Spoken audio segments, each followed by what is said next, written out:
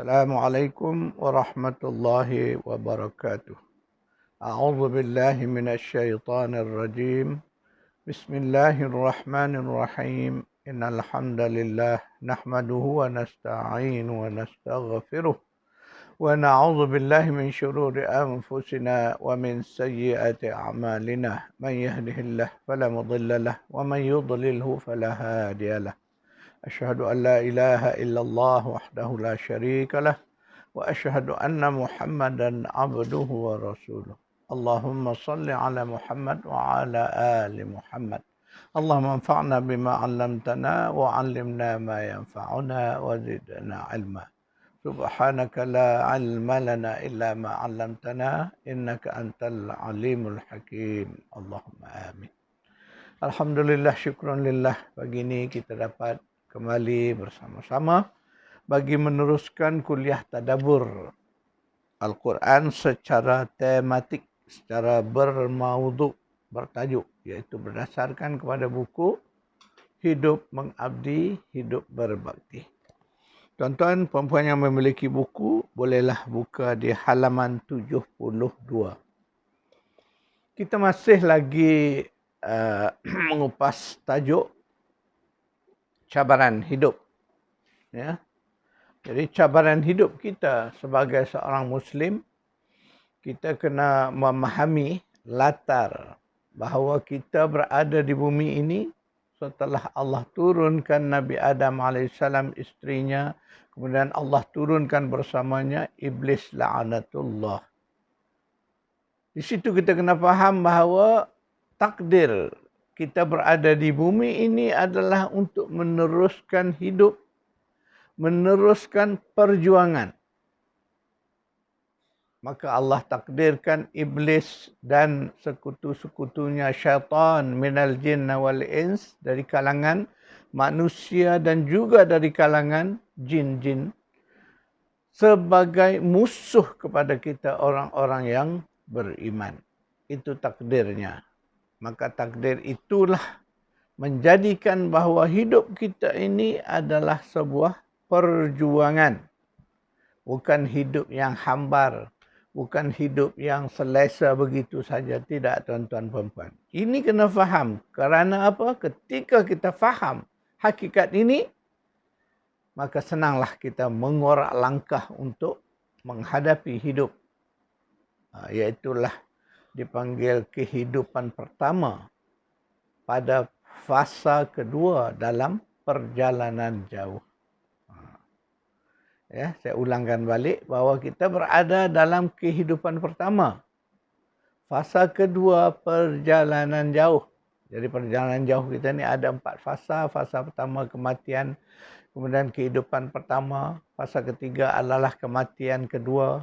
Fasa keempat kehidupan semula, kehidupan kedua di akhirat. Itulah makna perjalanan jauh kita. Jadi fasanya ada 4. Sekarang kita berada di fasa kedua. Jadi fasa kedua ni Allah takdirkan ia sebagai tempoh waktu untuk kita berjuang. Untuk kita diuji oleh Allah Subhanahu Wa Taala. Maknanya bukan lagi waktu untuk kita bersenang-lenang.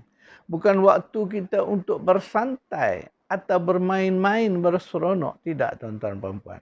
Kehidupan pertama di dunia ini adalah medan ujian yang Allah takdirkan untuk kita, sebagaimana Allah berfirman, A'udzu billahi minasyaitonir rajim. Allazi khalaqal mauta wal hayata liyabluwakum ayyukum ahsanu amala. Surah Al-Mulk, surah 67 ayat 2. Sesungguhnya dialah yang telah menjadikan kematian dan kehidupan itu dengan tujuan untuk menguji kamu. Siapakah yang terbaik amalannya di kalangan kamu. Itu jelas. Jadi ujian inilah yang kita kena terima, kita kena jalani. Jadi itu panduan yang paling penting kepada kita supaya kita benar-benar sadar. Supaya kita benar-benar dapat menerima hakikat ini. Kalau kita tidak, kita akan menyalahkan takdir, kita akan menyalahkan itu, menyalahkan ini.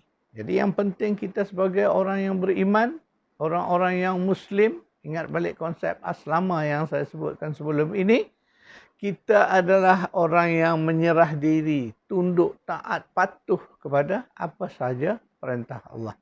Termasuklah taat, patuh, ikut apa sahaja takdir Allah. Itu dia punya pendirian kita. Jadi ketika mana Allah mentakdirkan bahawa kita di bumi ini ada musuh besar kita, iaitulah syaitan. Kepalanya ialah iblis. Tujuan mereka tidak lain melainkan untuk menggelincirkan kita orang-orang yang beriman ni daripada jalan Allah yang lurus. Itu sumpahan iblis. Kita kena kembali ingat balik bahawa sumpahan iblis itu, itulah dianya. Dia berazam untuk menggelincirkan manusia. Sehingga bukan sekadar orang beriman, seluruh manusia azam dia. Nak gelincir dari mana? Dari jalan Allah yang lurus. Jadi kita lihat berapa ramai orang-orang yang telah tergelincir oleh syaitan. Iaitulah golongan yang tidak beriman kepada Allah. Alhamdulillah kita ini masuk golongan orang-orang yang beriman. InsyaAllah Allah selamatkan kita dari tipu daya syaitan. Tuan-tuan, perempuan, mari kita sambung kisah penceritaan bagaimana tipu daya syaitan. Kita baca surah Taha ayat 120.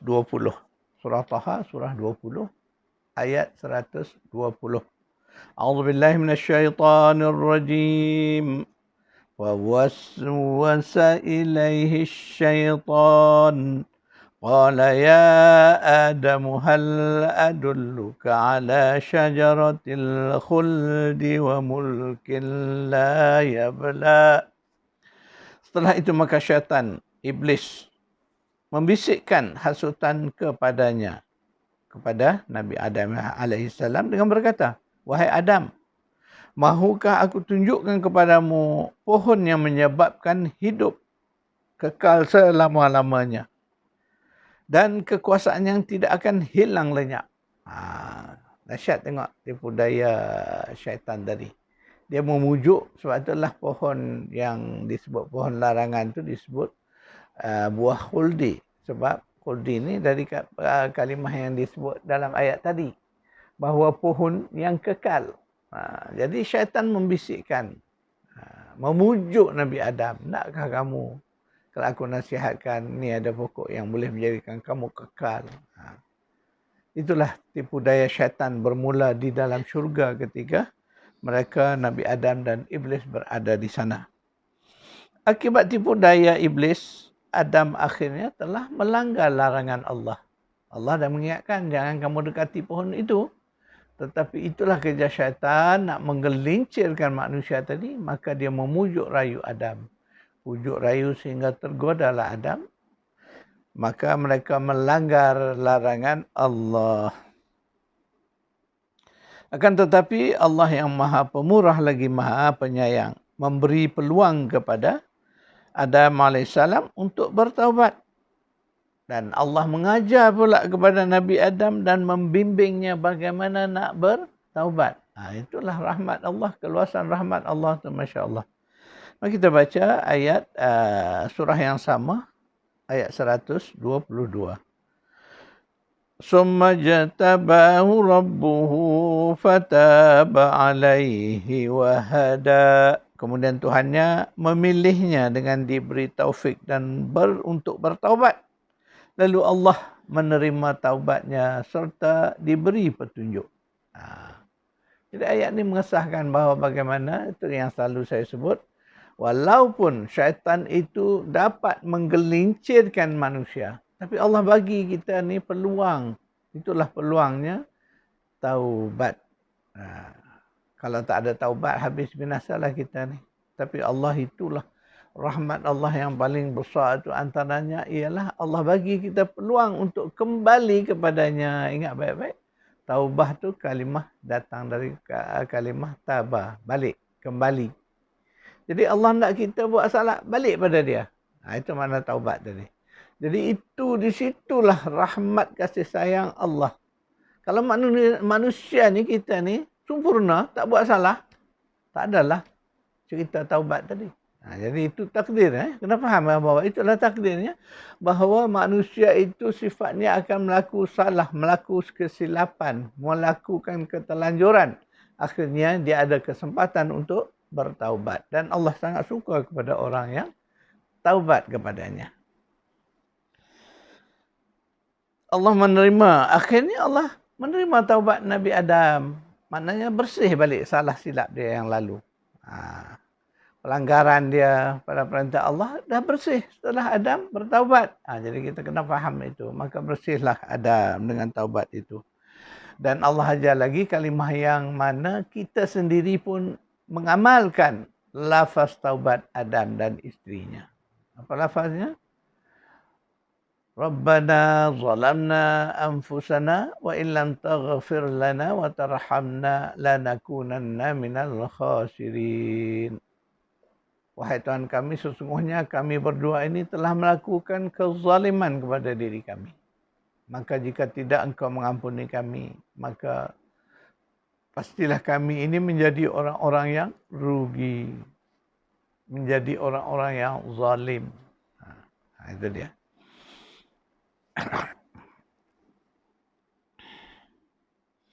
Kemudian di dalam ayat tadi disebut bahawa setelah Nabi Adam bertaubat, fataba alaihi wahada. Ingat lagi satu kalimah lain lagi yang penting sebagai kunci kata kepada kita dalam ayat tadi ialah petunjuk.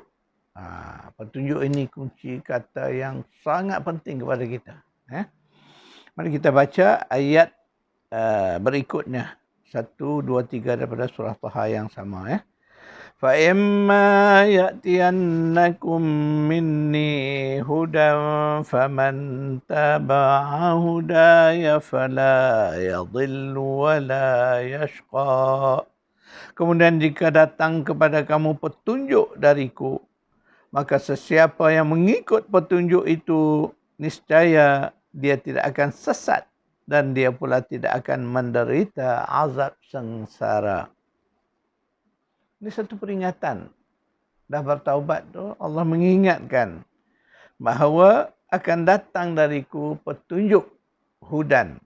Jadi kalimah petunjuk ini disebut dari awal lagi. Ini kepada Nabi Adam. Maknanya ayat-ayat awal yang menunjukkan bahawa Allah dah bagi petunjuk sejak daripada awal lagi. Jadi petunjuk itulah yang kita sebut sebagai wahyu Allah. Kalamullah, ayat-ayat Allah. Bimbingan Allah untuk menjadi petunjuk kepada manusia. Dan melalui kitab-kitabnya lah Allah turunkan petunjuk dari sejak Nabi Adam sampailah kepada Rasul kita yang terakhir, Nabi kita sallallahu alaihi wasallam. Petunjuk. Dan kita dapat Al-Quran. Itulah kitab petunjuk terakhir yang sehingga hari ini kekal. Masih ada bersama kita. فَإِمَّا يَأْتِيَنَّكُمْ مِنِّي هُدًى. Allah kata, ketika mana datang kepada kamu petunjuk dariku, maka فَمَنِ اتَّبَعَ هُدَايَ. Sesiapa yang mengikut petunjuk itu. Jadi, فَلَا يَضِلُّ. Maka dia tidak akan sesat dan dia tidak akan menghadapi azab sengsara. Jadi ini janji Allah. Jadi janji ini janji yang benar. Jadi Allah kata ketika datang petunjuk, datangnya kitab-kitab dibawa oleh para rasul, maka kamu ikutlah dia. Sebab sesiapa yang mengikutnya, tadi, maka dia tidak akan sesat. Jadi ada beberapa kalimah di sini yang kita kena faham kunci kata dia. Yang pertama tadi ialah hudan, petunjuk. Petunjuk itu petunjuk daripada Allah. Sebab itu dia bilang hudan, minni hudan. Dari aku akan petunjuk itu. Kemudian manittaba'a. Siapa yang mengikut. Sebab petunjuk itu datang. Malah Al-Quran pun disebut. Al-Quran itu hudan linnas. Petunjuk untuk seluruh manusia. Tetapi tidak semua manusia yang mengikut petunjuk tadi. Hanya orang-orang yang beriman saja. Sebab tu di dalam ayat ini disebut sesiapa yang mengikut petunjuk tadi, petunjuk yang Allah turun tadi, kalau orang yang tak ikut tak dapatlah. Sebab tu disebut siapa yang ikut petunjuk tadi, dia tidak akan sesat. Jadi maknanya sesiapa yang tidak mengikut petunjuk itu, itulah mereka yang sesat. Jadi sebab itulah orang-orang yang tidak beriman, orang-orang kafir, mereka adalah golongan yang sesat. Yang kita minta jauhi, hindari setiap hari yang kita baca di dalam surah Al-Fatihah. Ghairil maghdubi alaihim waladdallin. Yang kita sebut. Bukan orang-orang yang engkau murkai ke atas mereka dan tidak sekalian yang sesat. Inilah golongan sesat tadi. Kesesatan itu kerana apa? Mereka tidak mahu mengikut petunjuk. Ingat ya. Kunci katanya petunjuk. Yang kedua ikut. Jadi kalau kita tak ikut petunjuk, maka kita jadi orang yang sesat. Jadi ayat ni pendek, menarik. Tapi saya nak ajak tuan-tuan perempuan melihat dan faham dari sudut apa. InsyaAllah saya buat catat sikit.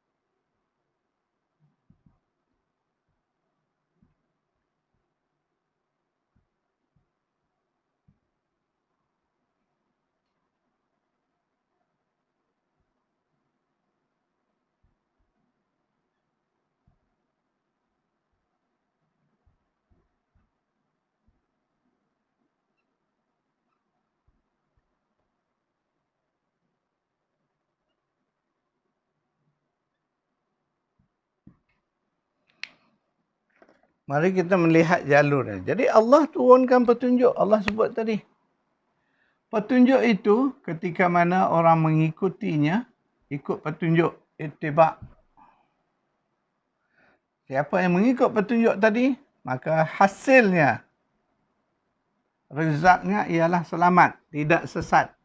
Sebaliknya, satu golongan lagi, dia tidak mahu mengikut petunjuk tadi, maka hasilnya ialah kesesatan. Ya. Kemudian akhir lagi bila dah sesat itu disebut dia akan menderita azab. Disebut ni ayat tadi, azab sengsara.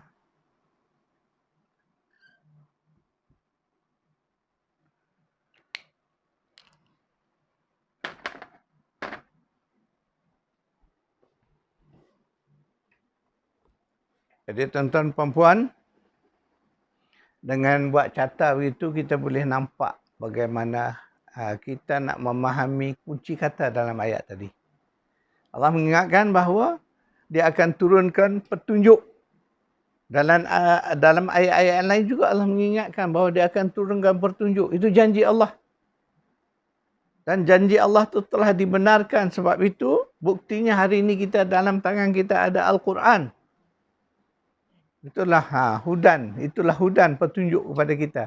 Jadi daripada hudan itu Allah nak kita ikut. Kalau ada hudan tak diikut, tak jadi juga. Maka dengan mengikut ittiba' hudan tadi, maka kita menjadi selamat. Selamat dari apa? Kesesatan. Dan selamat itulah juga makna daripada salam. Selamat sejahtera. Itulah sifat Islam itu, selamat sejahtera. Sebaliknya di sana, kalau kita melihat catat itu, arah yang satu lagi, orang yang tidak mahu mengikut petunjuk, maka mereka lah orang yang sesat. Dan kesesatan itu menghasilkan resiko besar. Apa resiko yang disebut dalam ayat tadi? Dia akan menghadapi yashqa. Dia akan menghadapi kesan kesengsaraan azab Allah. Sebaliknya orang yang beriman tadi selamat. Selamat daripada juga kesan kesesaan tadi. Selamat bila dia tidak sesat, dia selamatlah daripada azab sengsara tadi. Wala yashqa disebut. Sebaliknya, golongan orang-orang yang tidak mau menerima hidayah, tidak mau mengikut hidayah, mereka adalah golongan dhalin. Yang disebut. Golongan orang-orang yang sesat. Dan risiko kesesatan itu ialah yashqa, makna mereka menghadapi kesengsaraan hidup. Bila? Nanti di akhirat nanti mereka akan dihumban ke dalam neraka Jahannam. Jadi tuan-tuan dan puan faham elok-elok, itulah cara kita nak memaham ayat ini supaya jelas. Dalam ayat lain, dalam surah Ibrahim, surah Yusuf, surah 12 ayat 5. A'udzu billahi minasy syaithanir rajim. Inna syaitana lil insani aduwwum mubin. Sesungguhnya syaitan itu adalah musuh yang nyata, jelas kepada manusia. Ayat-ayat begini banyak disebut, ya, yang menunjukkan bahawa syaitan itu musuh kepada manusia. Maka kita sebagai orang yang beriman, ambillah syaitan itu sebagai musuh. Maknanya tak mungkin kita mengambil dia sebagai teman, sebagai kawan, tetapi kena layan dia sebagai musuh. Mana berdepan dia sebagai musuh kita. Kerana itulah ketetapan Allah. Bila Allah menyebut dalam ayat yang kita baru baca ni, inna syaitana lil insani aduwwum mubin. Itu adalah takdir. Ketetapan. Allah dah takdirkanlah bahawa syaitan itu adalah musuh kepada manusia. Kita tak mungkin nak tukar, tak jadikan dia kawan. Tak boleh. Kalau kita jadikan dia kawan, hancurlah kita. Itu maksud dia. Itulah dipanggil takdir. Dan kita yang beriman kena terima, kena menghayati dalam hidup kita. Bertemu dengan syaitan, mana kita bertemu dengan musuh. Dan dengan musuh ni kita kena berperang lah setiap masa. Itu dia, konsep dia. Itulah sebab tadi berbalik kepada kehidupan di dunia yang saya sebut sebagai cabaran itu. Mana tidak ada ruang waktu untuk kita rasa selesa. Tidak ada ruang waktu untuk kita merasa nyaman. Bebas daripada ancaman syaitan tadi. Kerana syaitan itu akan bekerja terus yang malam. Kiri kanan datangnya untuk menjesatkan kita. Sebab itu kalimah kesesatan itu dipakai dalam ayat sebelumnya, itu yang saya baca dalam surah Taha ayat 1, 2, 3 tadi.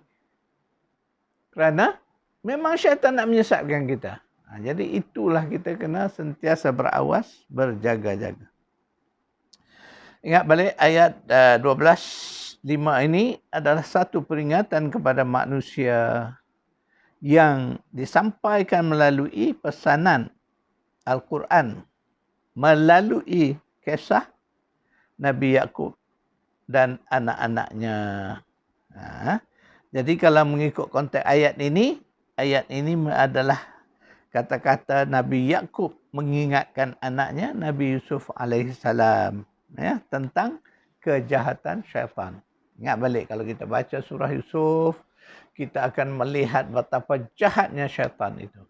Syaitan menghasung, memperdaya anak-anak Nabi Yaqub alaihissalam dengan perasaan benci, marah, dendam kepada adik mereka Nabi Yusuf alaihissalam. Sehinggalah mereka tergamak tujuan asalnya nak membunuh. Tetapi ada pula lah pandangan dari kalangan saudara-saudara mereka ini memberi pandangan supaya jangan dibunuh. Cukup hanya dicampak ke dalam perigi buta. Itulah kisah Nabi Yusuf alaihissalam. Di situlah ayat ini datang mengaitkan bagaimana peringatan Nabi Yaqub kepada anaknya. Bahawa syaitan itu musuh. Jadi kita, bila kita baca ayat ini, maka untuk kita lah peringatan itu. Mana ayat ini mengingatkan kita bahawa syaitan itu adalah musuh manusia yang jelas nyata.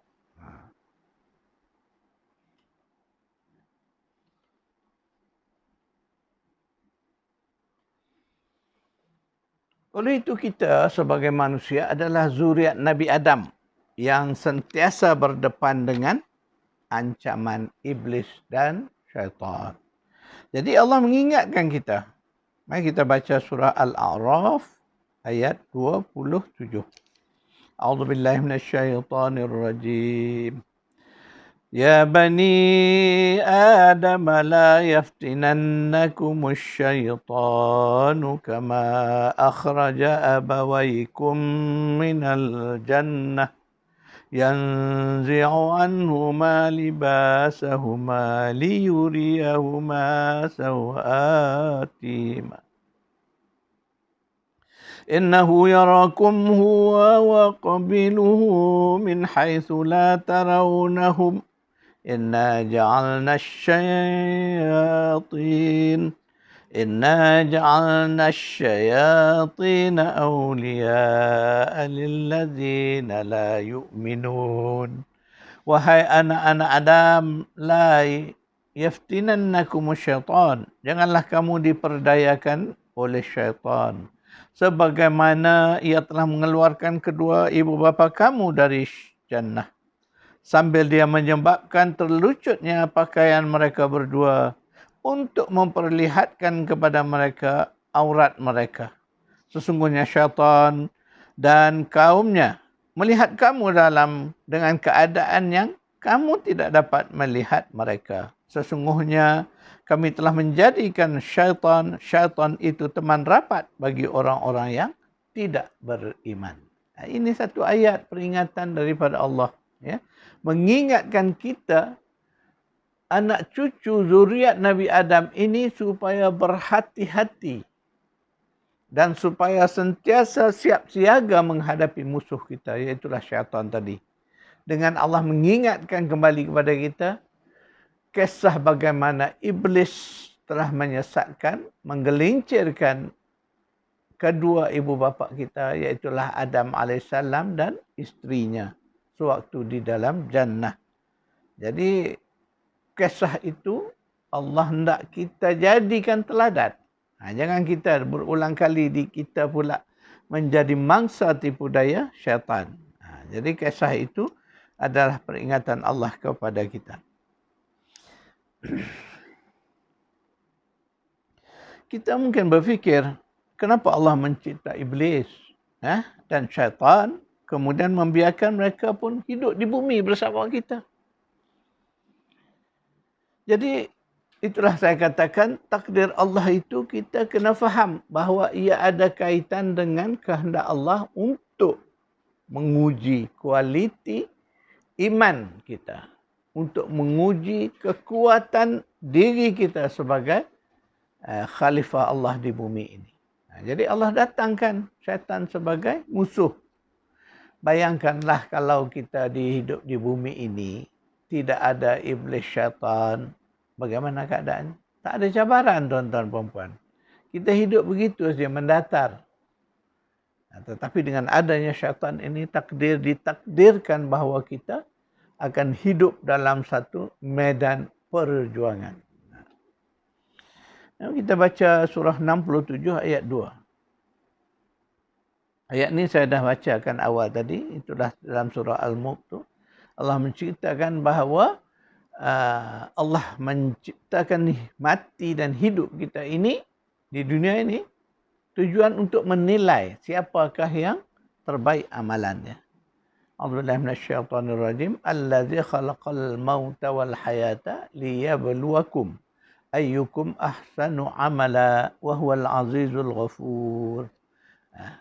Jadi Allah kata, aku menjadikan, dialah mana yang telah menjadikan kematian, kehidupan ini untuk menguji siapakah di kalangan kamu ni, manusia ini, yang terbaik amalnya.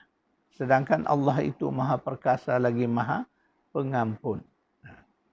Jadi itulah takdir Allah. Ya, kena faham konsep itu.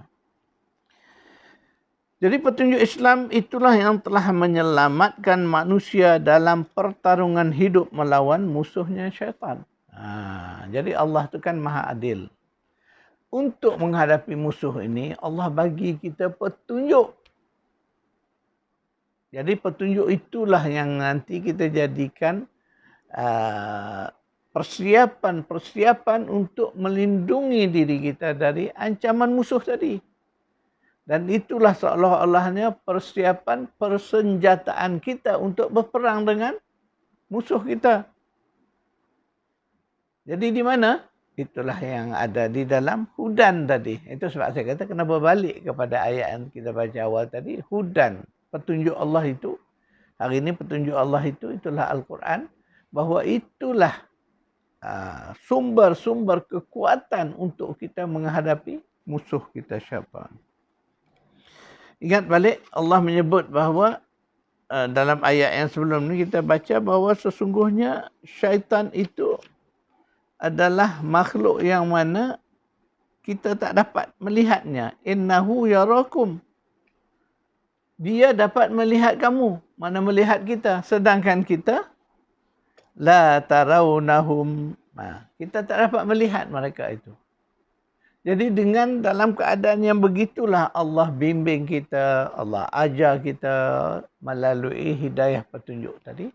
Supaya dengan ayat-ayat Allah ini, dengan petunjuk Allah ini, kita mempersiapkan diri kita untuk menghadapi mereka sebagai musuh. Itu konsep yang kita kena faham.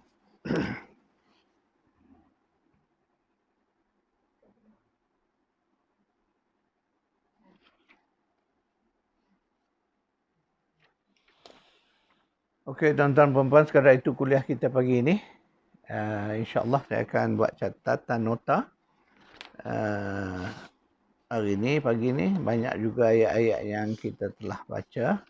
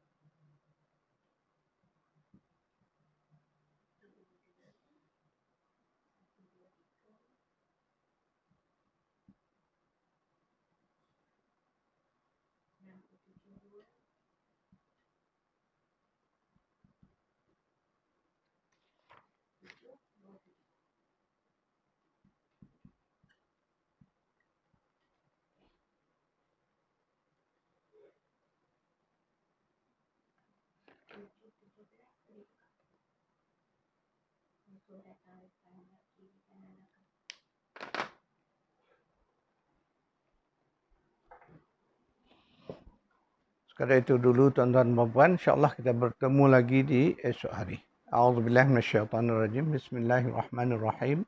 Alhamdulillahirabbil alamin wassalatu wassalamu ala asyrafil anbiya'i wal mursalin wa ala alihi wa sahbihi ajma'in. Allahumma arhamna bil Qur'an waj'alhu lana imaman wa nuran wa hudan wa rahmah. Allahumma dzakirna minhu ma nusina wa 'allimna minhu ma jahilna. Warzuqna tilawatahu ana al-lail wa atraf an-nahar. واجعله لنا حجة يا رب العالمين. ربنا آتنا في الدنيا حسنة وفي الآخرة حسنة وقنا عذاب النار. صلى الله على محمد وعلى آله وصحبه أجمعين والحمد لله رب العالمين.